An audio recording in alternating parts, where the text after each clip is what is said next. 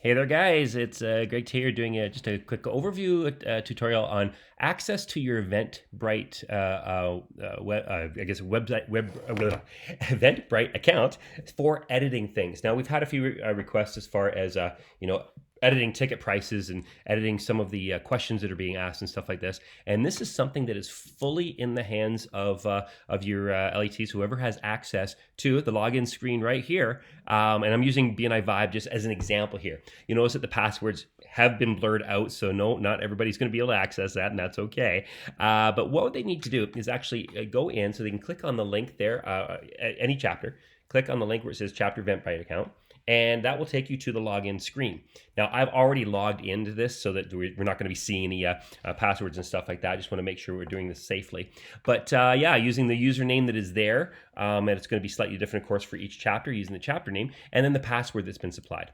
So they click on that, use those username and password, log in, and you're going to get something like this. Hi there, BNI Vibe. Now, here's where you do some of your editing. First off, you're going to have to go to your events. So you click on the calendar to the left there, and that's going to show all the events that you have here. In this case, we have the monthly in person and the networking meeting, the online, both the registrations here. Now, the only ones that say if we're going to be adding or changing some costs, let's say it's the BNI Vibe monthly in-person meeting. So I'm going to go over here to the three dots over to the right-hand side, click on that, and click Edit. Now, what that will do is that gets into the spot where, yes, you can edit, but there's several different things. So it can get a little cumbersome and a little bit confusing. So I'm going to cover the ticket cost change first. Let's go to click on tickets. So once you click on the ticket side there, it's going to show all the tickets that are available for that event. In this case, there's only one, and it ends an hour before the event start. You can change that in here too.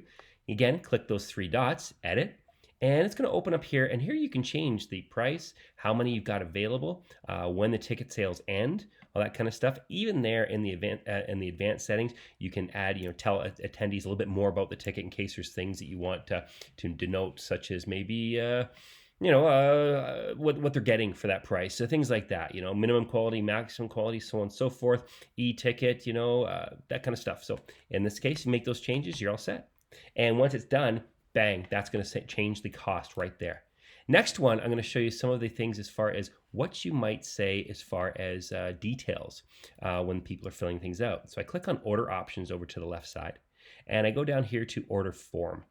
Now, what's going to happen is going to show us all the questions that are being asked generally of the people who are registering. And as you can see, some things are included. You can select either included and or required. In this case, if you want to add something, say you want to know their birthday, add that. If it's a required field, go there. That's simple, really. And then when you're done, make sure you click Save at the very bottom here. Moving down here, say company name, good one to have in case they have that. I'd say don't maybe make that required. Some people aren't ready to share that, but whatever, you can do that, and so on and so forth. It's got other things of which of these classifications best represent your business. Some of these things are they just say please specify, because this is actually more of a drop down type thing. Okay, so if we go and edit this, you'll see why. Edit, and it's got all these different selections, and depending what those selections are, that's where this please specify comes in. And that kind of sums that up. There you go. There's your invited by. If you wanted to add something, for instance, here, like say you have a dietary restrictions and you want that added there, you can add that here too. Dietary restrictions, short text, bang, you're done. Now, once you've done all that, again, you're going to see that save button that pops up in the bottom right. Make sure you click that or else it won't work. But then what can happen is when you get the announcement that says, hey, you have received an order, it's not going to have, for instance, what's your business name, as this one shows right here, and which your best represents your classifications, which represent you. Well, it doesn't come through in the main form, and this is something Eventbrite, kind of has a little weird there. But if we click Reports, this is where we go in and find this. All we have to do is just log in, go in and say, okay, here's the more information that we've asked for.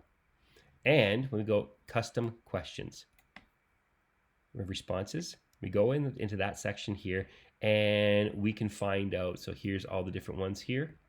Which these classification best represents. Are you a member being another BNI chapter? All the different extra things that you can go through and sort through, and then download. Okay, so that's and I'd say go for a CSV file, whatever, and they can open it in the spreadsheet. Those are different ways you can kind of look at some of those specific questions and do little reports of some of the things that you want. Now, one last thing I want to show you here, going back into the actual event, is let's go to the online in-person one again. Go to edit, and this is just a handy one here. Now go into manage attendees, and you can go to the orders and see all the different orders that are actually in place for that particular thing here. So I'm not going to go into the details here to see any details of anybody that's has claimed an order, but if you clicked, for instance, here Wednesday, May 3rd, and you click on that meeting, it will show all the different people who are registered for that meeting, and then you can print out, okay, or save the file with all of those different ones. So it gives you a lot of different options on things to be able to download and keep as far as stats or information that you would like to keep for your meetings. And that kind of sums it up. So remember, when you're done, always do the log out here. And that is everything. So I hope that makes sense. Enjoy. It's something that it's there and it's in our chapter's hands to be able to make some of those changes because we want to make sure that things aren't delayed and it's not difficult for you to do with all the things you need to do. Thank you so much and take care.